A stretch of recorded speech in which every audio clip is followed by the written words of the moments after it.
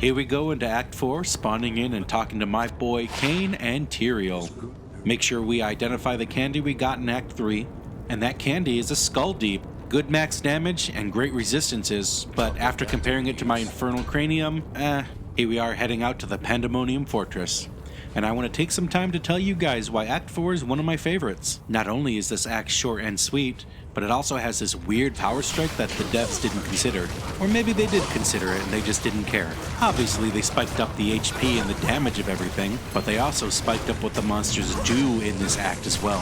Act 4 has the greatest concentration of monsters with special abilities in any act, and every single one of them is hell-bent on turning you inside out. Firstly, and the ones that I love the most, is the Oblivion Knights with curses. These curses range from doing more damage, slowing you down, making you have lower resistances, and in combination with everything else, you're gonna have a bad time. The lightning wraiths that snipe you from the edge of the screen and hit like a bus truck, it is their personal vendetta against you to turn you into a crispy shrimp.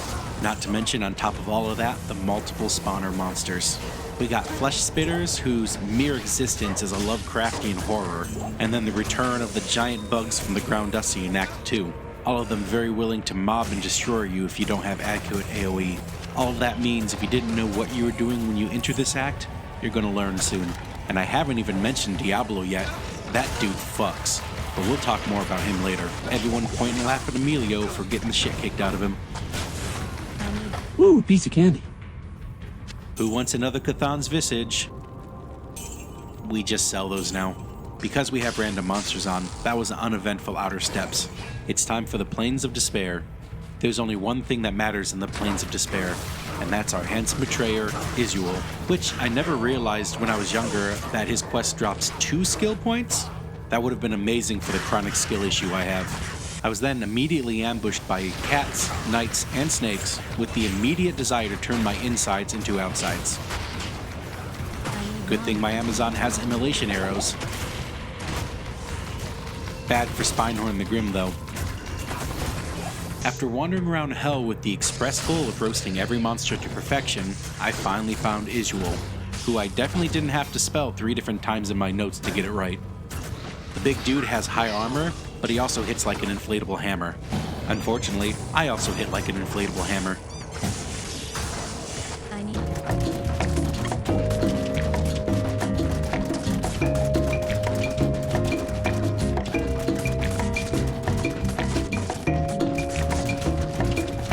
After what seemed like an eternity in dog years, Isuel dies by fulfilling his lifetime goal of becoming a pasta strainer.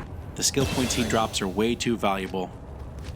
I then immediately spend the points on more death and less death respectively. Now that we're done with Isuel, we can move on to the City of the Damned. This is another place we treat like Indiana. Move on as quick as you can and don't stare the locals in the eyes for too long.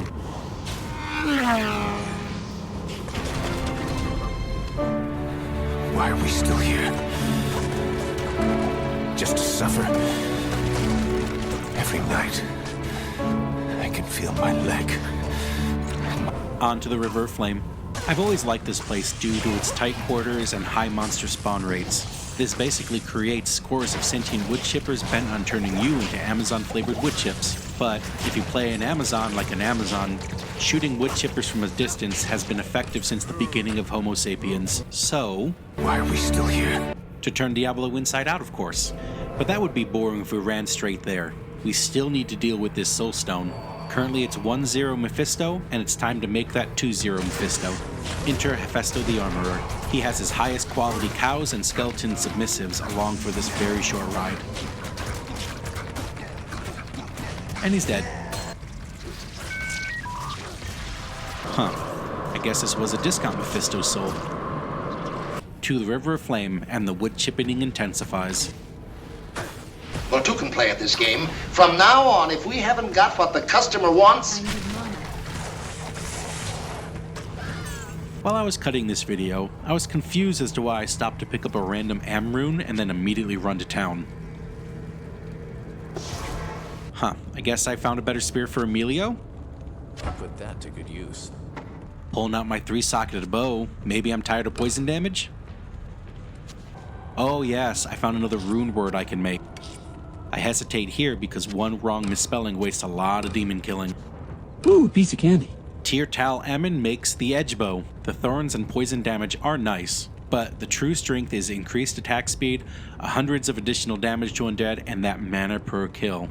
Yes, it's way less damage on paper, but my Tal was all poison damage. Trust me, with this bow, I'll be way more efficient at turning scary demons into late stage abortions.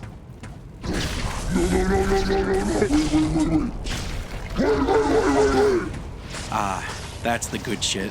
The real risk of the Chaos. Sanctuary is the entire population very willing and able to curse you into Voldemort. Luckily, I do have random monsters on, so my chances of getting fucked to death by large winged green men drop substantially.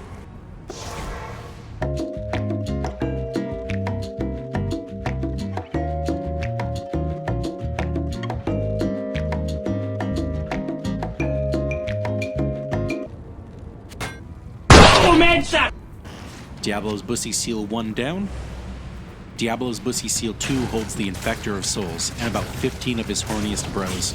Remember what I said before about large winged green men? There's always a chance. Ooh, piece of candy. Ooh, piece of candy. Kleeglaw's Tooth matches well with my pincers. If I was a paladin. Tancred's Skull would be a great upgrade, but I am loving my Infernal Cranium too much. Next up is Lord Desace, our bondage queen. He only has one Bussy Seal, and we make good use of it. We then spend an insane amount of time filling up all of Lord Desace's holes until he succumbs to heat stroke. Ooh, piece of candy. And that candy turns out to be a snake cord. That's a lot of poison. The last two Diablo Bussy Seals are guarded by the Grand Vizier of Chaos. When everything dies by fire, everything starts looking like dry tinder. Except for the Grand Vizier of Chaos. But we don't need no stinking fire to turn him into dust. And there's the last Diablo Bussy Seal. Man, that sure pissed him off, but I guess if someone violated all 5 of my holes, I would be pretty upset too. Alright, it's time to admit it. Diablo fucks. He is by far the hardest boss in any chapter, if you don't cheese him, of course. He hits like a bus truck, but has no problem making you his next stop. His Fire Nova and his Fire Silly Strings hit like warm noodles, but his real trick? Lightning Death. It's hard to dodge only because the damage comes out way too quickly. And better yet, for a huge fuck you to anybody stacking fire resist in the Fire Act, the damage is actually lightning and physical. Oh, and he can chain them. Wonderful. Safety first. Picking up where I left off for more adventurous Amazon gameplay.